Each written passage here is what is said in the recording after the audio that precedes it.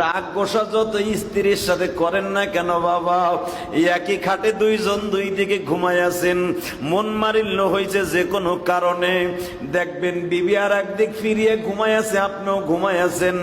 রাত 12টা 1টা 2টা 3টা বাজিয়া যায়, দুইজনের চোখের পাপড়ি বন্ধ, কিন্তু অন্তরের পাপড়ি বন্ধ না। কারণ কি জানো নে, ক্ষোভ আর রাগের মধ্যে দুইজন সারা রাত কাটায় দেয়। আমার আল্লাহ এই জন্য বলেন, স্বামী স্ত্রী যখন রাগ করে দুই দিকে ঘুমায়া যায়, দুই দিকে শুয়ে যায়, তাদের মাঝখানে একটা গজবের ফেরেশতা নাজেল হয়ে যায়, গজবের শয়তান নাজেল হয়ে যায়। এ আমার বন্ধুরা, কেন আমার আল্লাহ বলেছে জানুনি,